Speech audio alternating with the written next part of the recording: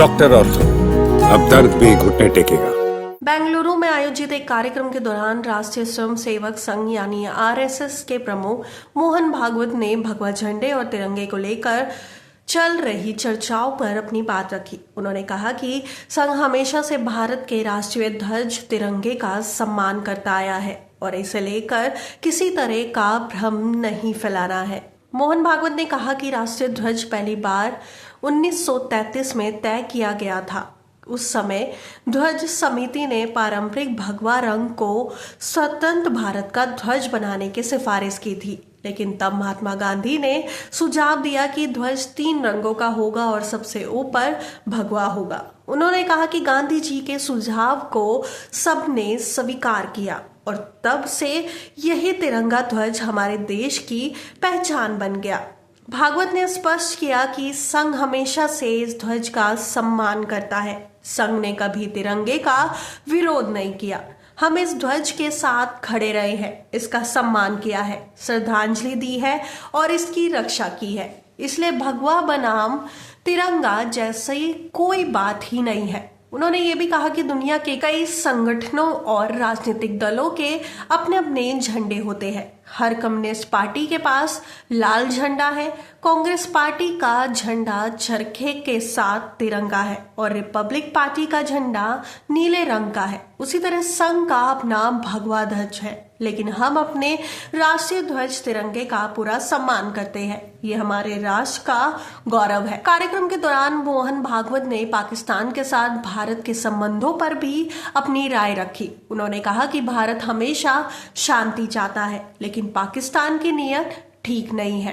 पाकिस्तान के साथ हमेशा शांति चाहते हैं, लेकिन वे बार बार भारत को नुकसान पहुंचाने की कोशिश करता है। जब तक उसे भारत को नुकसान पहुंचाने से संतुष्टि मिलती रहेगी, वे ऐसा करता रहेगा। हमें उसकी हर कोशिश का करारा जवाब देना होगा। भागवत ने कहा कि भारत की नीति शांति पर आधारित है, लेकिन इसका मतलब ये नहीं कि देश अपनी सुरक्षा को नजरअंदाज करेगा।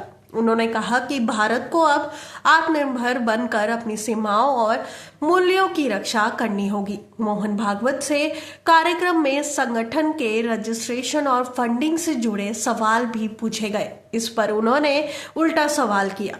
जो लोग पूछते हैं कि संघ को कौन फंड करता है, वे ये भी बताए कि संघ प्रमुख को प्रधानमंत्री या गृह मंत्री की तरह सुरक्षा और उच्च प्रोटोकॉल क्यों नहीं मिलता है। उन्होंने कहा कि संघ का काम सेवा, समाज और राष्ट्र निर्माण के लिए है, ना कि राजनीति के लिए। हमारा संगठन देशभक्ति की भावना पर चलता है। हमारे स्वयंसेवक समाज के हर वर्ग में काम करते हैं, शिक्षा, स्वास्थ्य, आपदा राहत और ग्रामीण विकास में।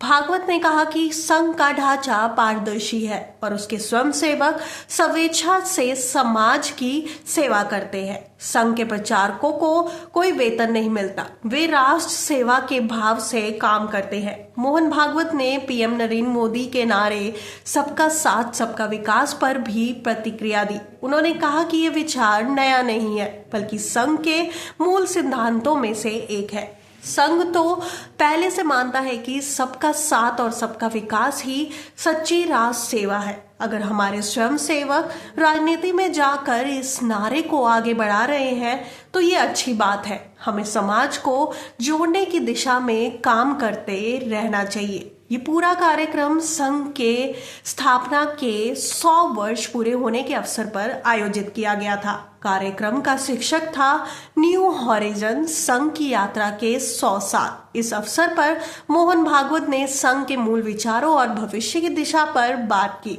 उन्होंने कहा कि संघ का उद्देश्य समाज को एकजुट करना, देशभक्ति की भावना बढ़ाना और राष्ट्र को मजबूत बनाना है। हम जाति, धर्म और भाषा के भेद से ऊपर उठकर एक मजबूत भारत का निर्माण करना चाहते हैं।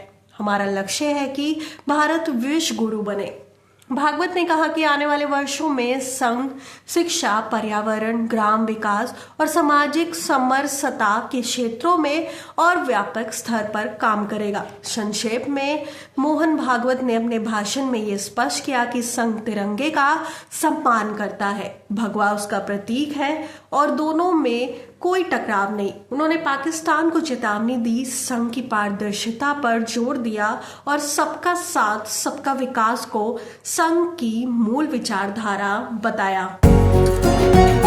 डॉक्टर और तुम, अब दर्द भी घुटने टेकेगा।